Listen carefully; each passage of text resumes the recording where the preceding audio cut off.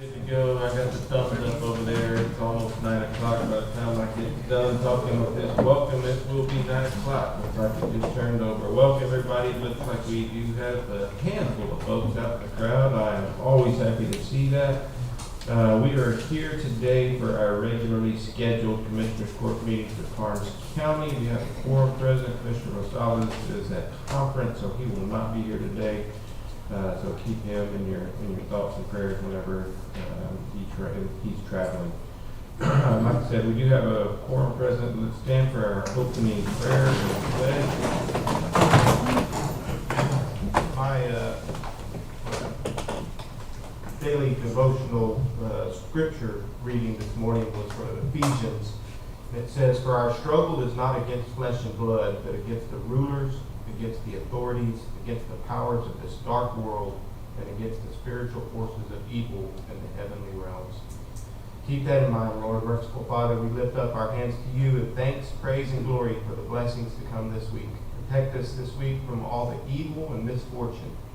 We pray you forgive all our sins wherever we do wrong. Surround us this week with your Holy Spirit. Protect us with your outstretched arms. You are our refuge and our Savior. Cover us this week with your goodness and encompass us with your mercy, that we will be safeguarded in body and soul this week, Lord. Amen. Amen. Pledge allegiance to the flag of the United States of America and to the republic for which it stands, one nation, under God, indivisible, with liberty and justice for all. Okay, Danielle, do we have any citizens who'd like to speak this morning? And we will move to item number 6, which is to discuss disapprove resolution designating authorized signatories for contractual and financial documents pertaining to the GLO Community Development Block Grant Mitigation, that is DCDG-MIT, Local Hazard Mitigation Plan Program, LHMPP, and this contract number is 22-130-085-F183. Ms. Cat is back. I'm back. Give us the Some details. information. So this is a planning grant. So your, I think I've looked at your resolution, and yes, your hazard mitigation plan was in 2020, and they expire every 5 years. Y'all have been awarded a planning grant, so this is $100,000. There is no local match, and it is going to meet the FEMA requirements to get you back in compliance. So pretty preliminary. Again, what's in front of you today is some startup documentation, so that we can, do the signing of any contracts or anything financial. I will say that this grant is a reimbursable grant, so you have to pay the invoices first before you can get reimbursed. So that's how this model will function and flow. The termination of this grant is set for July 31st of 2028. July 31st, 2028. Yes. $100,000. Correct. You will be working with our training team, specifically Dave Ural will be reaching out. I've actually given him your information to contact once that starts rolling. And then, of course, it will be planning regionally to come up and mitigate what kind of disasters you foresee in your next 5 years. And So, again, what is in front of you all today is just this one startup document for signatories. Authorized signatories for contractual and financial documents. I'll make a motion to approve agenda item 6 as presented. Okay, we've got a motion and a second. All those in favor signify by raising your right hand. Anybody opposed? Motion carries. Thank you, Kat. You're welcome. For those that don't know, Kat White is with Langford Community Management LLC. They're our grant folks, one of our grant folks right now. I particularly work on the GLO side of things, but stepping in and helping out coordinate was all my folks. Thank you, Kat. Very All much. right. Okay, item number 7, discuss, approve, disapprove, closing, abandoning, and vacating portions of Adam Lorenz Bridge Road and County Road 381, AKA North 2nd Street, because said portions of said roads sought to be closed, abandoned, and vacated have not been used by anyone for an unknown period of time, at least in excess of 3 years. A copy of the notice of petition to close, abandon, and vacate portions of Adam Lorenz Bridge Road and County Road 383 is attached here too. The author is Mark Mika, sponsored by Benny Lissie, Commissioner Precinct 2. Commissioner, turn your microphone on so the world can hear you. Okay, well, Talking to your mic. the attorney here, Ken is here to give a presentation on this agenda item. I'll make this short and sweet. I'm here on behalf of Mark Mika, one of the abutting landowners to a portion of the Adam Lorenz Bridge Road and County Road 381. Other landowners that also abut this road is Derek Ramirez, China Zimmerman, Irma Franco, Larry Petzer, and Mark Mika. To my knowledge, none of these abutting landowners are here today, and so we are asking the commissioners to abandon and close this road and to apportion the portions of this road that are enclosed by either fences or roads that are private roads for these residences to be apportioned and granted to these landowners. For clarification, this is not on the Anna Maria Hall side of 2724, Farmer Market 2724. It is across the road, the east side of 2724, and it is a grown-up brush pasture kind of.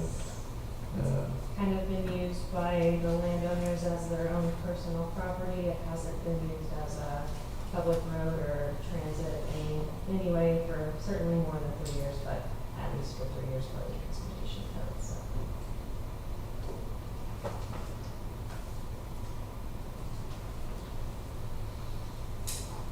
Well, it appears it's just a 75-foot wide right-of-way. I looked at Google Earth images, it's not used as a road. I'm totally in favor of abandoning this section of road. My only concern comes with where we put the dividing lines. I am understanding that Mr. Meek had already spoken with Mr. Kutzer, and they have an agreement, they're content to utilize the existing fence line, but over here next to Mr. Ramirez, my understanding is there's not a fence line, and they've had some contention in the past, so Board, I'm not sure exactly how we should proceed there. The legal eagle standing up there can tell us exactly what it's supposed to do. I would think that it reverts back to it splits down the middle and each landowner. Yes, we would ask that if there's not prior agreement, it would just be split exactly. Make it fair. Sounds good to me.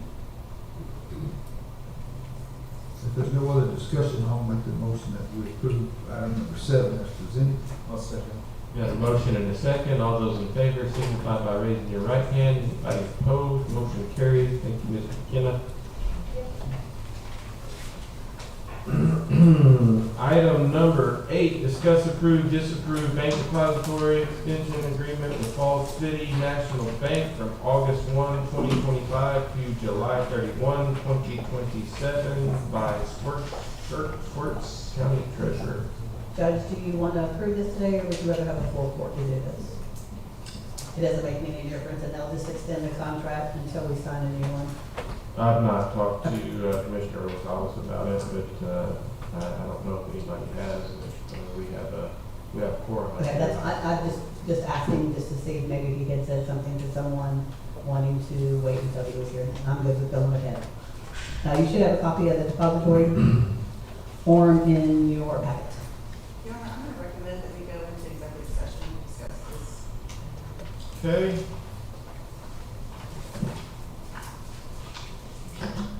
Okay. To section 5, local government code, through the Texas Government Code 551, we will convene into executive session, closed session at 9:09. Do I need to attend? I have no idea what this is about. I don't either, I'm just asking.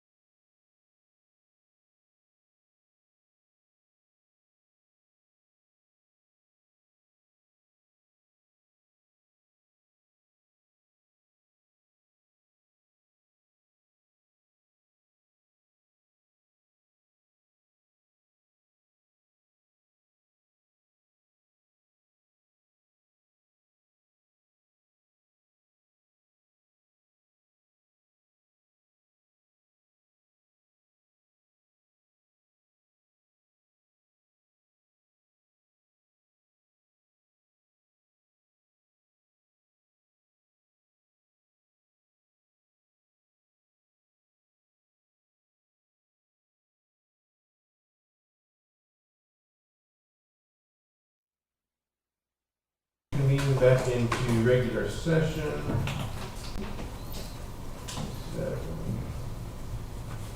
Okay, item number 8, we will take no action on item number 8. Item number 9 is acknowledge successful completion of compliance survey and issuance of COLA, C-O-L-A, laboratory accreditation to Karnes County EMS. Jason. Good morning, Judge and Commissioners. Just wanted to bring it to the court's attention, as the court will recall, back in October of this last year, we had put into our budget to go down a path of obtaining point-of-care laboratory testing for our agency. So we purchased laboratory analyzers, and then with that come with a lot of oversight requirements, licensing, and then subsequent accreditation standards. So we were surveyed by COLA back about 2 weeks ago, 2.5 weeks ago, and I'm happy to report we had 0 deficiencies. And we are officially, as of today, accredited through COLA and received our certificate of accreditation with the federal government, which is CLIA. So a lot of them acronyms, but they look at anything and everything related to our laboratory testing as well as blood transfusion, as the court and public should be aware. We've been carrying whole blood for some time now, since 2019. And so they look at us just like as they will look at a hospital, whether it be university, auto kaiser, et cetera. So anything related to laboratory blood transfusion, they definitely go through a fine-tooth comb. So we're happy to have that and achieve that standard within the agency, and happy to offer that to our patients. So happy to answer any questions, but I wanted to bring it before the court. Outstanding job with all. Thank you. Okay, item number 10, acknowledge updating Karnes County Sheriff's Office Record Service Agreement. Sheriff Bailey. Good morning, Court. On item number 10, I'd like to table the following acknowledgement, as it is different from what I had submitted to the court. The revisions came in as late as yesterday afternoon from the county attorney's office. I feel that these revisions should be submitted to Commissioner's Court for review, for transparency, and to answer any questions that may arise before taking any actions. Thank you, Sheriff. We'll table it to the next court meeting. Item number 11, acknowledge mutual assistance agreement between Karnes County Detention Facility and Sheriff's Office. Sheriff Bailey. Yes, sir. And on number 11, same statement as number 10. Put it back on.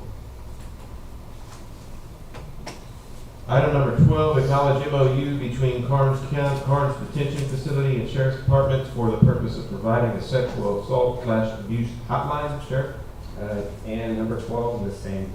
I'd like to table that for the same reasons. Will do. Item number 13, discuss, approve, disapprove setting fees charged for civil services by the sheriff and constables. Sheriff. By law, these fees must be set before October the 1st of each year and reported to the Comptroller's Office no later than October the 15th.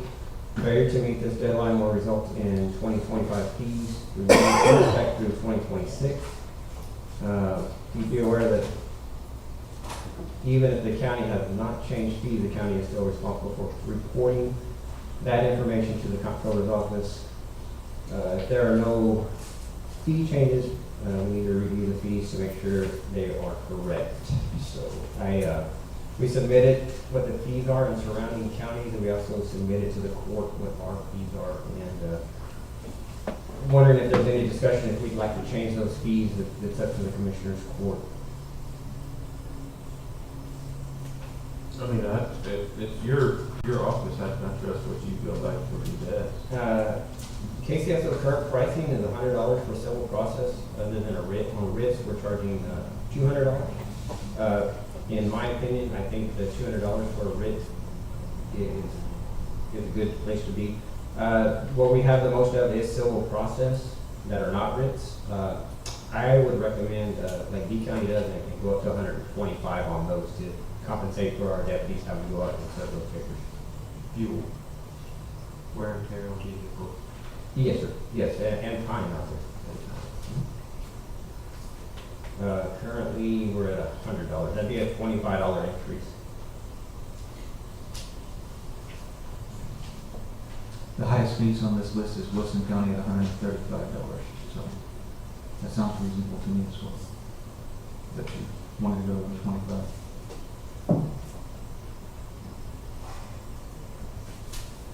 I'll make a motion, we set the fees as recommended by the sheriff for $125 for a civil process other than a writ and $200 for a writ.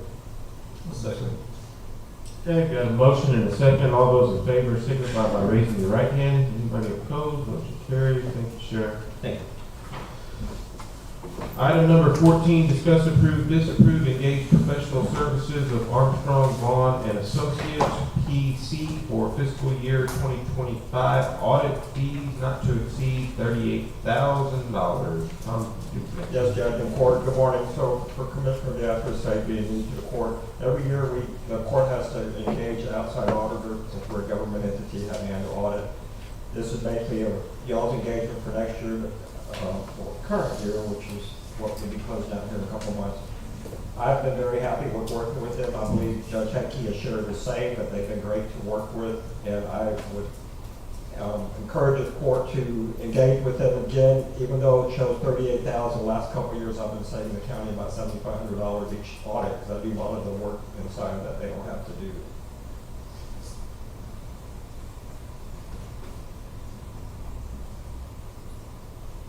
Is this something that needs to go up, like to bid, or is this just something? No, it's just at discretion of the court, Commissioner, it's at the discretion of the court. They recommend every 5 years, but you got some counties that kept auditors for longer periods of that. When we get to that point, I'll make a recommendation to the court if we feel we need to change. The previous auditors, I believe, we have over 10+ years. And was there an increase from this year to last year? He keeps the fee the same, and then he bills us, like I said, $7,500 less when he bills us, so he hasn't been raising the fee at all. And he also does our juvenile as well. What the firm does.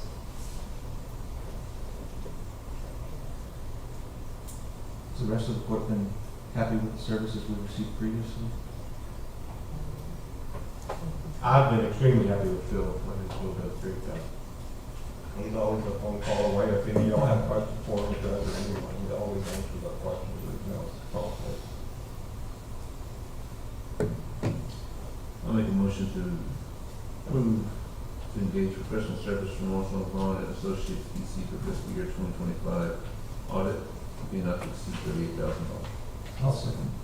Got a motion and a second. All those in favor signify by raising your right hand. Anybody opposed? Motion carries. Item number 15, discuss / presentation by FPC regarding findings of forensic assessments of historical courthouse deficiencies. Danny, listen.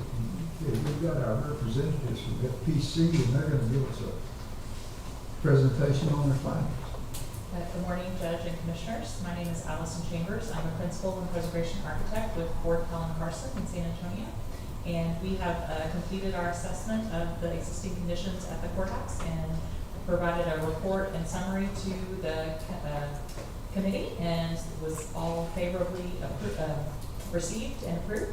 And I'm going to turn it over to Anna now, our project manager on this project, to give you a summary quickly of the findings. Thank you. Yes, so we completed our assessment and presented that to the committee for the courthouse in May. And we did find that there are some structural deficiencies that we are planning to do some additional investigation in the first phase of our design, which will be during schematic design. So summary of the major scope would be some structural repairs in the basement. You do have a cracked column in the basement, some cracking in the exterior brick that will need to be repaired, some window deficiencies that are causing some sources of moisture infiltration, as well as the flat roof on the top of the building around the base of the tower that does need a full replacement. It is not draining correctly. And then some other roof repairs, including in all the valley flashings and those kind of areas, and some spot repair of the slate. Additionally, we worked really hard. I want to commend Renee, your facilities manager, we found some mechanical deficiencies that were related to humidity and moisture issues, and I think he's already addressing a lot of these. So we'll make sure that anything else that needs to be taken care of is during the construction phase. So I've already presented to Commissioner Lissy our proposal for next steps, which is to start our design phase, which will include a series of submissions for construction documents, a schematic design phase, design development, and then 2 construction document phases. We will, of course, be working closely with the Historical Commission to review those just for permitting as a state antiquities landmark, and then also to oversee any bidding and construction administration. We also have included in our proposal to work with the county if they decide to go after a construction manager at risk as part of this design and construction phase. Did you want me to mention the fee amount or next? Okay. Okay. Thank you. Did the committee receive anything other than the draft report back in May?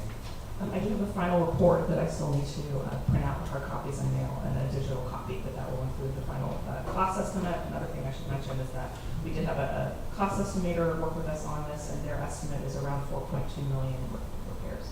Equal work may have already been taken care of already, so we will look at that number again during design.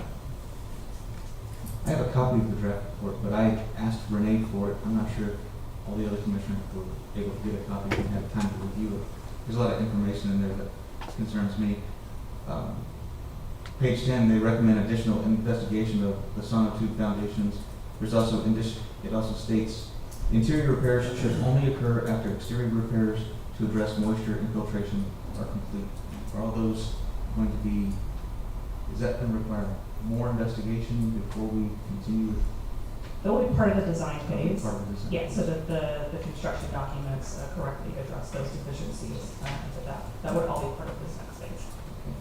There wasn't any financial information in the draft that I received. Correct, so that's part of the final, when we made that presentation to the committee. I just do owe the final package to Commissioner Lissy.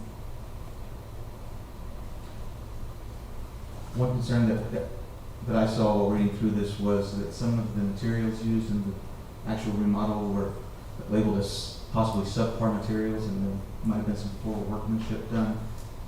If we continue utilizing those services, you will help us find quality contractors. So one thing that we really always recommend and find works is that we kind of pre-qualify not just the general contractor, but their subcontractors. We have a pretty broad range of contractors we work with in the region that we're really confident in their ability. We also require very strict mock-ups during construction that we approve. So, for instance, one of the issues we found is that some of the wood used for some of the replacement windows was not the best quality, and it's still seeking staff. So we would replace, those areas with a higher quality wood. But overall, yes, it's very much part of the construction administration process. We all been working directly with Renee because another example was reading through here. It said the doors could be reutilized, but Renee found that in some of his training classes that there are some doors now that are probably better quality, better insulated, and hopefully last longer. So I want to make sure that his insights are also. Yeah, Renee's been a really good source of information for us, and we'll of course be working closely with him through that. I believe that's all of my questions.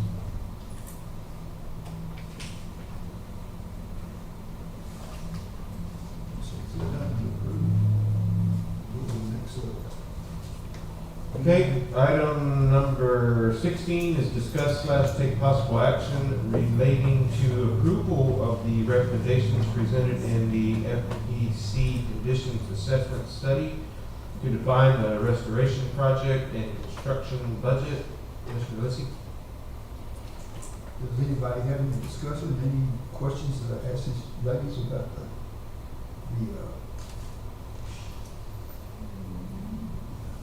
finance? Well, again, I read through the draft report, and I agree we need to definitely investigate all of those recommendations and pursue. We need to take care of the courthouse.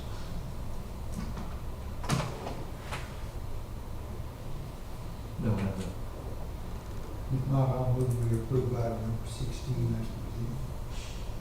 I'll second. Okay, got a motion and a second. All those in favor signify by raising your right hand. Anybody opposed? Motion carries. Thank you, ladies.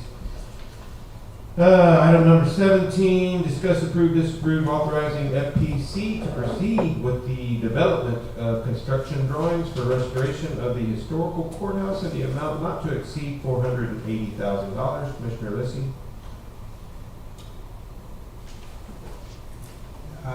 The committee met, we all agreed that we're ready to move forward with this process, and that there's not even a discussion. I'll move to approve item 17 as presented. Who's all on that committee, just for public knowledge? Sean O'Brien, Talking to the mic, so everybody. Sean O'Brien, Wes Geisler, Sue Butler, Rita Jordan, and myself. Thank you very much. Okay, there's a motion, and I believe we have a second. All those in favor, signify by raising your right hand. Anybody opposed? Motion carries. Item number 18, discuss, approve, disapprove recommendation to establish a reoccurring Karnes County Commissioner agenda item at each Commissioner Court meeting to provide update of active Karnes County building construction projects by the designated project manager. Commissioner Lissy. Judge, also Judge, who's the second? Yeah, I didn't get that either. Who's the second on the previous agenda? Did you second it? No, sir. Oh, then we do not have a second. We do not have a, I'll second that, Judge. okay. The motion and a second now. Is there anybody opposed to that? All still in favor? Okay. No, thank you for catching that. Commissioner Lissy, item number 18.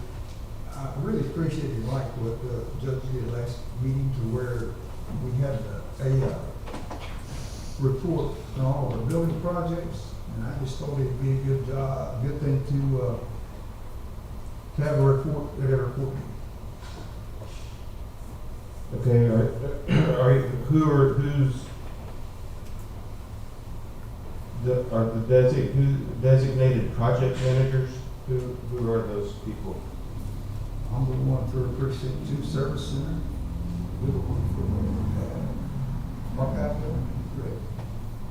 I mean, last Commissioner's Court, you designated, you got out of the jail because you said it was in Commissioner Rosales' precinct, so now he's in charge of the jail. If that's what we're gonna do, the commissioners are in charge of all the county buildings, then Commissioner Rosales needs to be in charge of the archives building, that's in his precinct.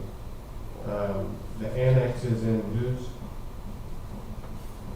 Is that in yours or is that in Commissioner Rosales?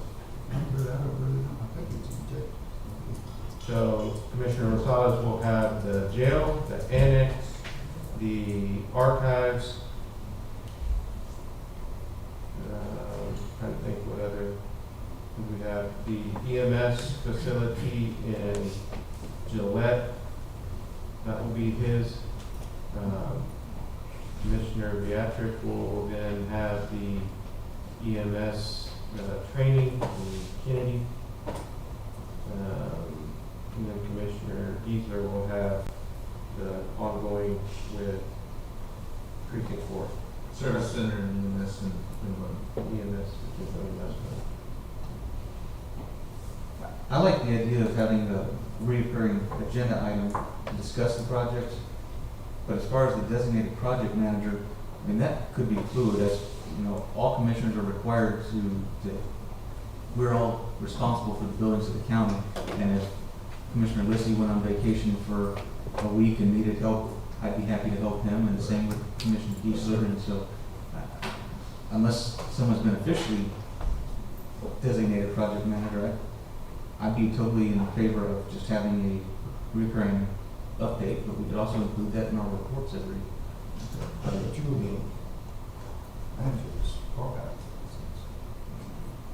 I've been working very hard on that with the contractor. Unfortunately, politics have gotten involved with that, and I'm happy to get an update on that. We're waiting on some drawings, some stamped drawings on that. But I mean, I'm happy to be the manager of that. If that's what, I mean, is that what you like? This wasn't hardly any different than last one, who was here before.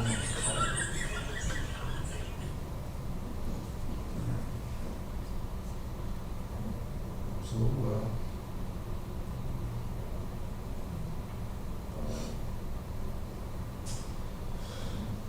any other discussion?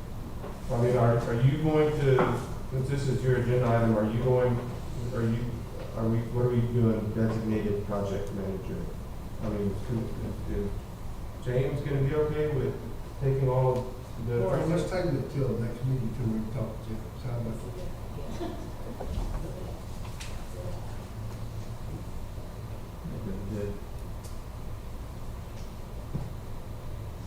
Okay, you'd like to table item number 18, okay? Item number 19, discuss, approve, disapprove recommendation to award SD Reyes a contract to provide site cleanup for 106 East Front Street, Rungy Service Center site, and the total amount not to exceed $84,300. Commissioner Beasley.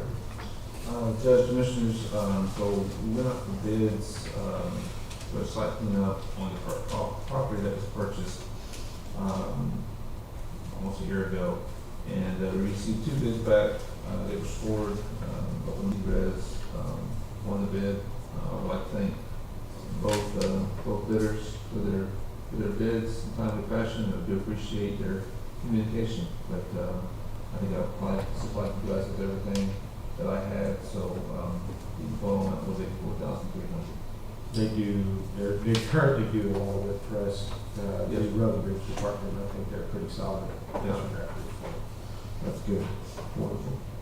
So $84,300, it sounds like a lot of money to me to clean up the property, but the next bid was $122,500, so I guess I shouldn't complain too much. Well, and it is about a 4-acre, a little over 4-acre. It's a mess. Yeah, and there's quite a bit of stuff that's still there, iron and stuff, and trees to take out, and shredding, and some grading still. So it's gonna be a full-time job.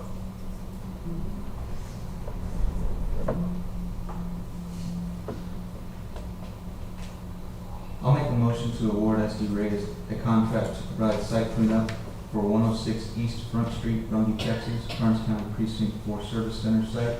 Total amount not to exceed $84,300. I'll second.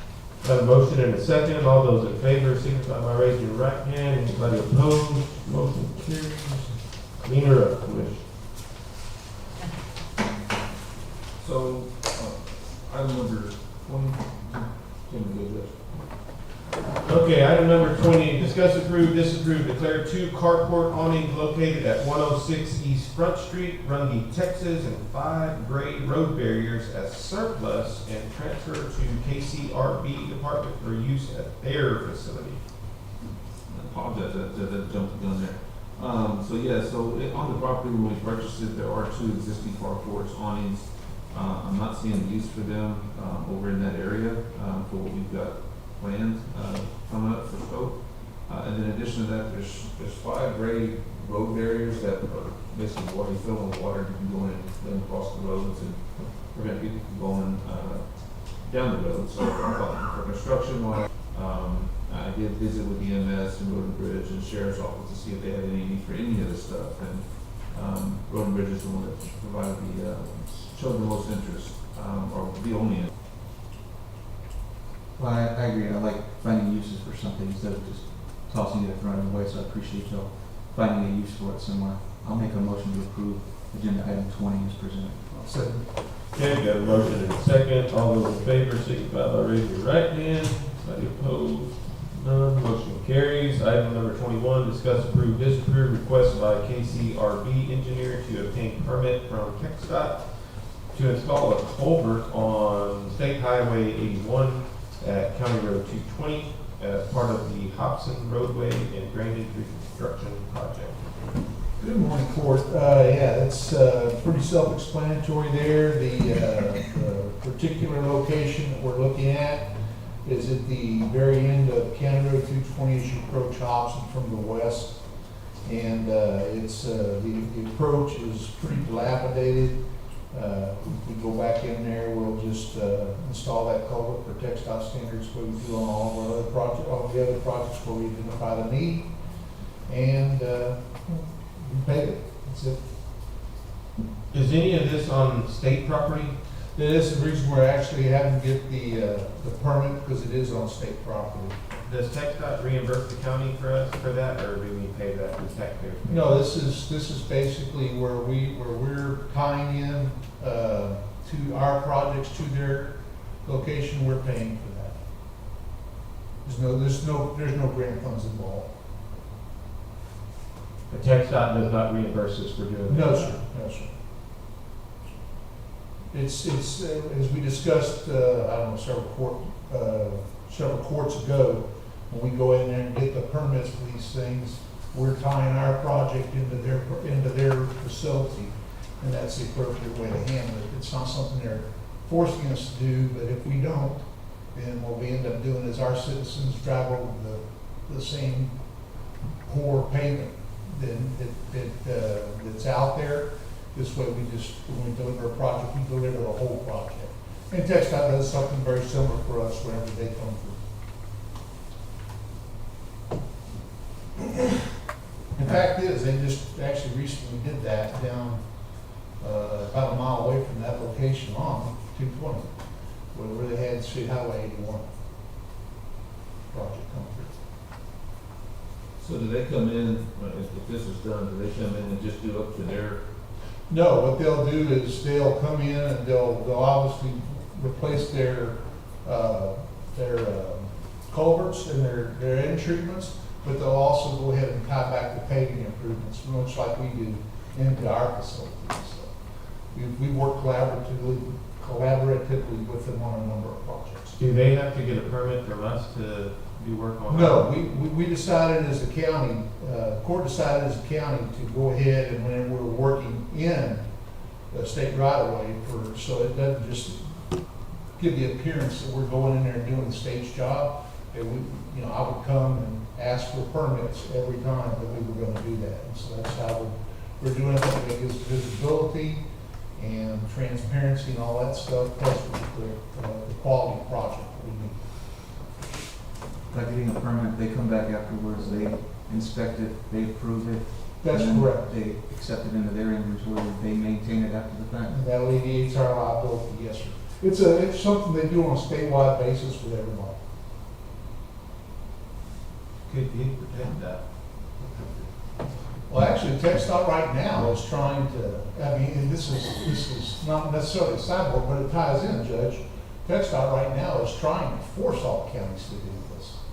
And there's active legislation out there, so. Yeah, I sent the commissioners something from Jim Allison, who is general Right. counsel for I saw the same thing, yes, sir. for Texas Association of Counties. So. Absolutely. Do we have any idea when TxDOT will be coming back to work on 81? Oh, it's, that particular section, it's a significant amount of time away. Basically, once we get the permit, we'll be out there and the improvement will be made within a week. We've got this project that's active. What projected cost for It's typical $6,000 to $10,000 tops.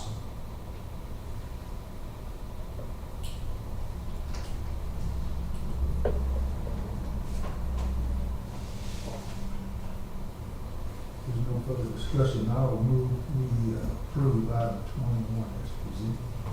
I'll second it. Okay, got a motion and a second. All those in favor signify by raising your right hand. Anybody opposed? Motion carries. Item number 22, discuss, approve, disapprove request by KC RB Engineer for a budget amendment to transfer $65,000 from line item 200-680-3300 fuel to line item 200-680-4510 heavy equipment repairs to replace an engine on a motor grader, unit 113. That's correct. We had the oil pump shaft, and you'll about have to help me out here, but the oil pump shaft on this thing didn't have the motor grader that we purchased years ago didn't have an auto shutdown, it had an alarm. The alarm did go off, but the operator was outside of the equipment and discussing the construction. We got back in and cut it off, but by that time the shaft was sheared. So it's one of our bigger motor graders, and we just need to get it back up and running and go from there. So if an oil pump shaft shears, the engine of the motor grader will lack lubrication that will cause catastrophic engine failure. So Correct. we understand why. The new ones we bought actually have the auto shutdown feature on, but this one was bought years ago. So it's just, if you replace this engine, is it gonna have this new automatic shut off? That's a good question. I'm not sure. I'll have to ask. But it's probably, my guess would be, Commissioner, it probably won't be because it's an older piece of equipment and it would require a lot of computer stuff. I can certainly find out and let you know. But right now, it's a big hunk of metal just sitting there. It's not doing us any good. I reached out to our road and bridge engineer about this ahead of time because I thought $65,000 to fix a motor grader that do we need to fix it? He said, essentially, if we don't fix it, we have just a big pile of metal, and I agree with that. I did a little research. This is, correct me if I'm wrong, it's a 2013 770G John Deere motor grader. It's one of our big ones, yes. Okay. So we purchased this piece of equipment for $179,759 new back in 2012, 2013, or somewhere in that area. I went around looking for a used motor grader just to see what a used motor grader would cost. And the best deal I found was another 2012 for $99,000. And that was for a comparable motor grader. I found a 1983 motor grader with the unknown condition for about $10,000. So if we can buy a still running piece of equipment for $10,000, I don't think we'd be able to auction this piece of equipment off for much more than that.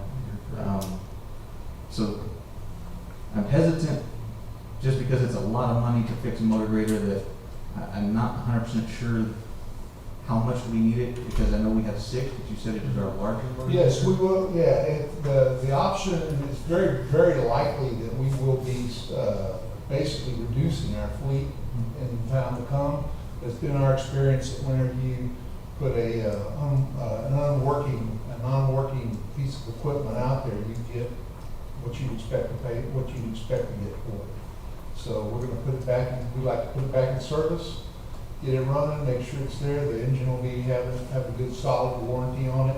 It'll be that much more marketable when we do salvage it, assuming that's one of the ones that we don't keep. Who will be installing the jig for us? I'm not sure. Ronnie's got a mechanic who uses it. I think it's already good. They're very reputable. We've already got an estimate for repair. Yes, that's where we were able to come up with $65,000. That include the engine and installation. Yes, sir.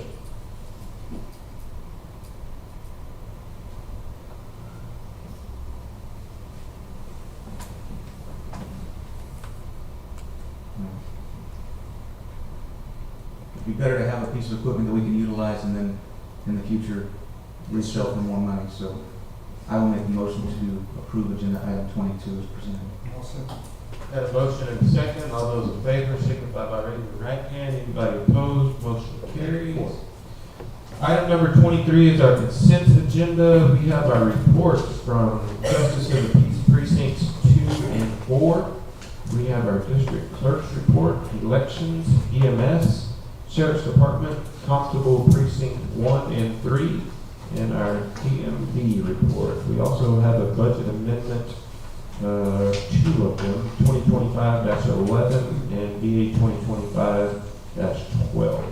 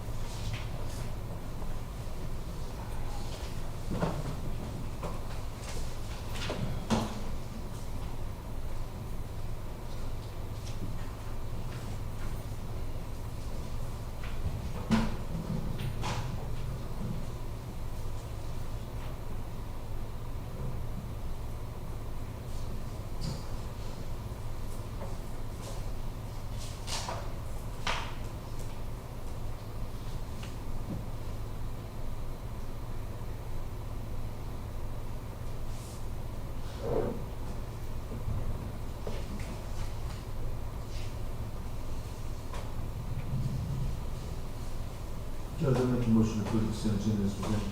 I'll second. Got a motion and a second. All those in favor signify by raising your right hand. Anybody opposed? Motion carries. Item number 24 is discuss any item or items from the consent agenda to be considered and acted upon. Hearing none, I will move to item number 25 and update from our commissioners, starting with Commissioner Beatrice. I had a resident reach out to me about unsafe traffic on County Road 347. I met with Chief Tar about these conditions, and the sheriff's office investigated. The problem turned out to be caused by traffic crossing private property to access the county road. Road and Bridge was notified and investigated the situation. They are working on improving site restrictions in the area while we work on a plan for a long-term solution. I spent some time with Renee diagnosing the air conditioner at the Market Street offices.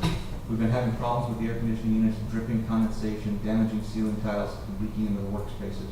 We determined that one of the units had a faulty blower motor and had it replaced.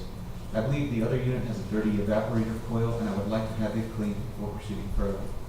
At our last meeting, we talked about the offices at 115 North Market in Karnes City, and the court shared common concern about the ownership of the building.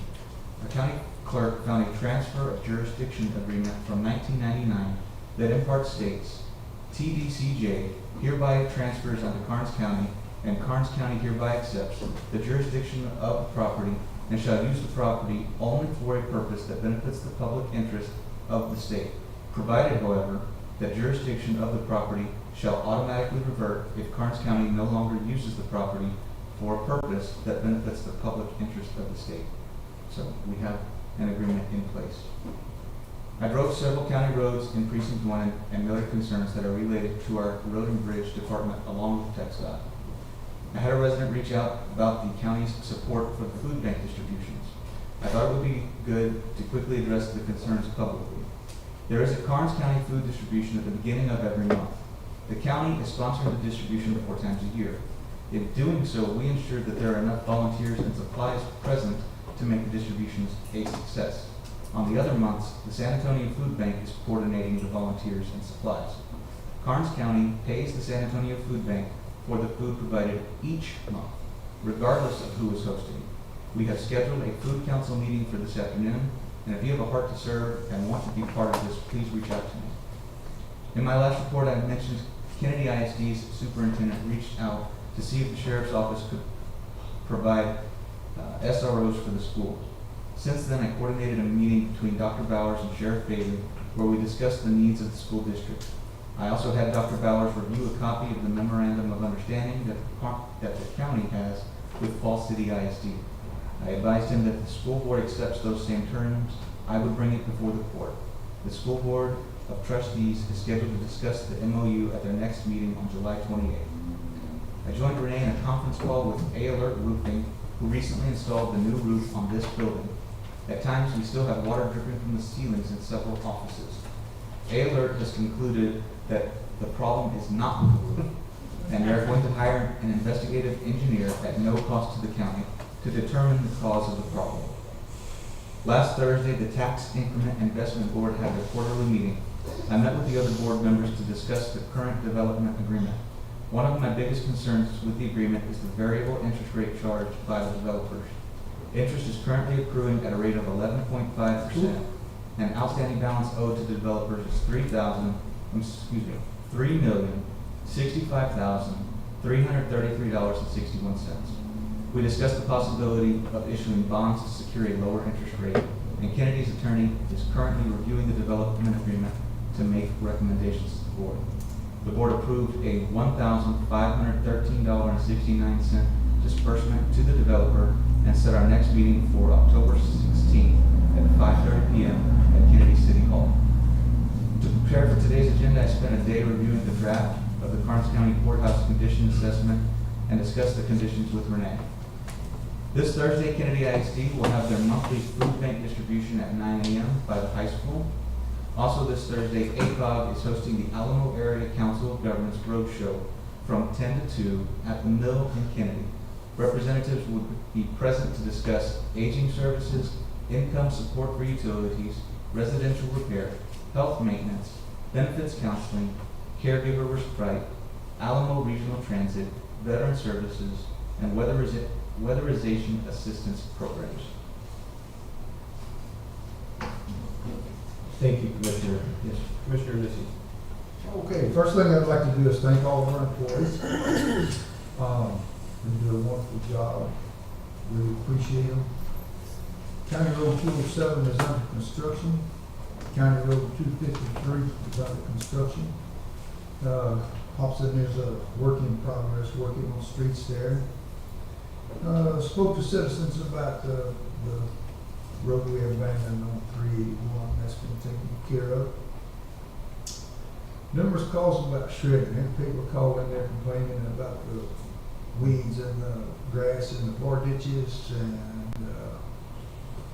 on the other hand, I have people call in and say not to shred because of all the baby deer that are laying in the bar ditch and getting killed. But shredding is a work in progress. We've got 550 miles of county roads, so that's 1,110 miles of going up one side, one pass, and down the other one pass. Numerous calls about dumping on county roads, and contact Road Bridge, and they take care of it very quickly. Appreciate their work and their help. If any contact with Representative Guillen's office, getting in contact with our architect from the Precinct 2 Service Center. Geotech samples are to be taken, scheduled to be taken this week, and I want to thank all of our veterans, and God bless America. Mr. Giesler. So County Road 331 is underway. County Road 340, 341 are 100% complete. County Road 113 drainage is underway. I had quite a few constituent calls concerning roads related to roads and bridges. 319 was one of them I did the other day. I did meet with EMS Director to discuss EMS and potential EMS in Rumney and the training center, the ongoing projects there. Appreciate his time. Thank you. And then also meeting with quite a few contractors at the precinct service site there in Rumney, just to kind of show them around a little bit and make sure they didn't get lost. So it's pretty grown up. So that was it, Judge. That it's going to be that. I can't wait to see that place cleaned up. Yeah, it's It's going to be nice. just cleaned up, nice. Yeah. Okay, item number 26. Let's have our reports from our auditor and treasurer. Your turn. All right, Court, good morning. So these are the reports for the first 9 months of the year. Ad valorem tax, 057,066.61. County sales tax, $4,184,119.04. Our interest is $2,354,573.80. EMS receipts, $1,149,276.42. Tax office fees of $455,672.17. Those are our 5 largest revenue sources. So overall collections for our revenue for the first 9 months is $24,540,459.71. So only got about 27% remaining for the year. Our expenses, we should have spent 75%, but we have not. We only spent about 42%. So our expenses for the first 9 months, so this is the general fund, $13,512,228.61. So we got about 57.27% remaining. On road and bridge, their ad valorem tax collected of $9,046,833.20.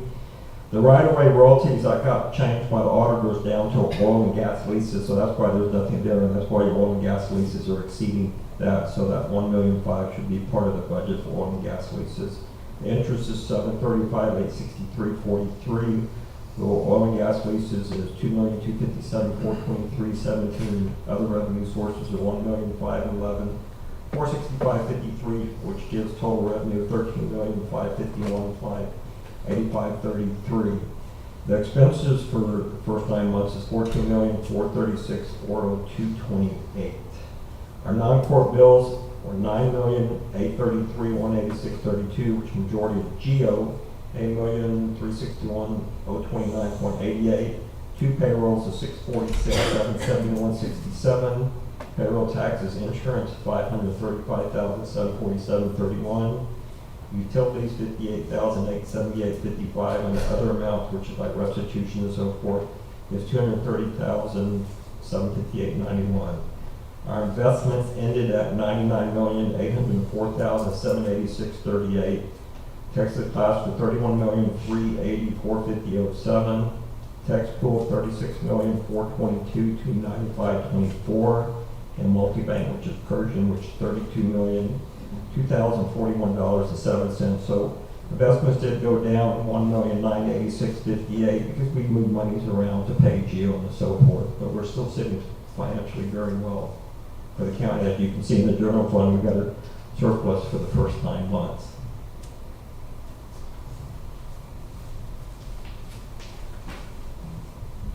Any discussion for Tom? Hearing none. Item, except for your treasurer's report.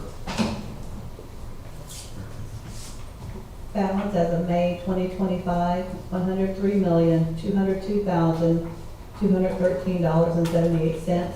Receipts for the month of June 2025, $22,950,370.84.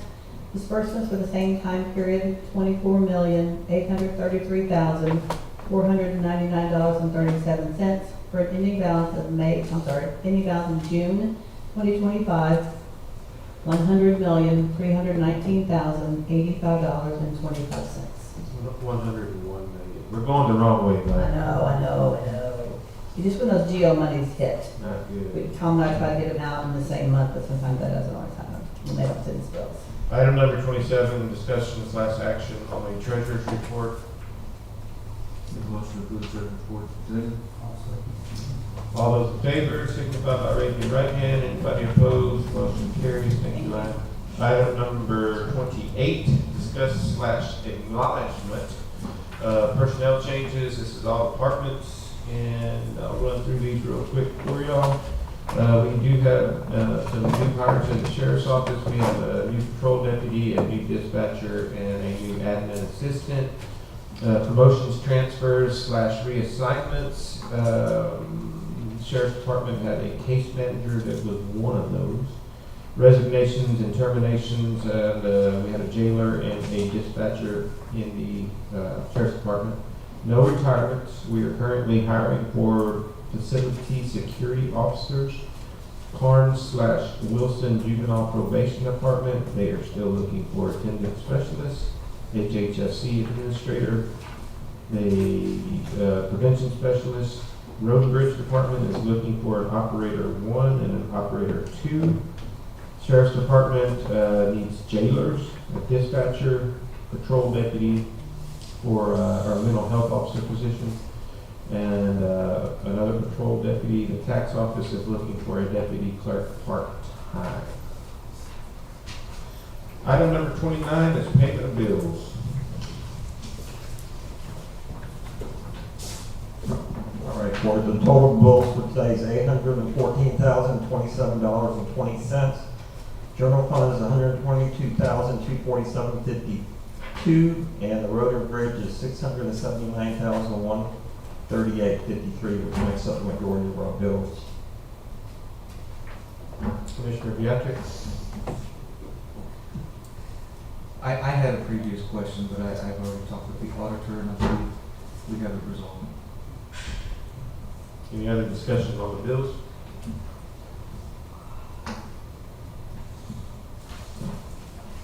Does anybody want to make a motion to pay the bills? I'll make the motion that we pay the bill. I'll second.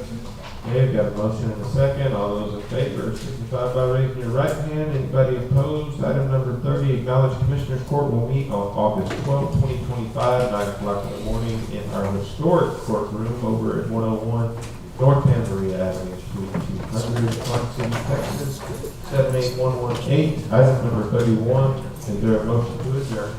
I'll move the Second.